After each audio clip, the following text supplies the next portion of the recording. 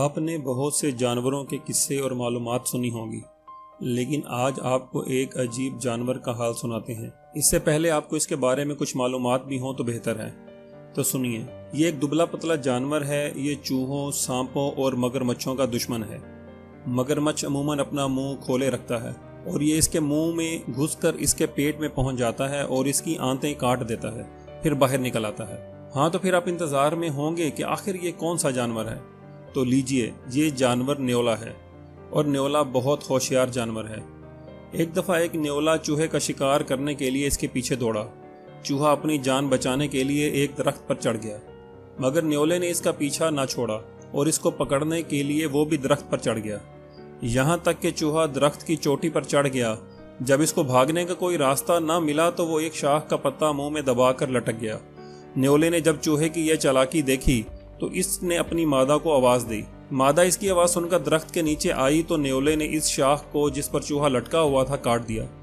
شاخ کے کٹنے سے چوہا نیچے گرا، گرتے ہی مادہ نے اس کو شکار کر لیا۔ نیولا چور بھی ہوتا ہے۔ جب اس کو سونے چاندی کی کوئی چیز ملتی ہے تو وہ اس کو اٹھا کر اپنے بل میں لے جاتا ہے۔ چوری کرنے کی عادت کے ساتھ ساتھ یہ ذہین بھی بہت ہوتا ہے۔ ایک دفعہ ایک شخص نے نیولے کا ایک بچہ پکڑا اور اس کو پنجرے میں بند کر کے ایک ایسی جگہ رکھ دیا جہاں سے اس کی ماں اس کو دیکھ سکے۔ اس ماں نے اپنے بچے کو پنجرے میں بند دیکھا تو بل میں گئی اور 1 دینار یعنی کہ سونے کا سکہ لے آئی اور اس کو پنجرے کے پاس رکھ دیا۔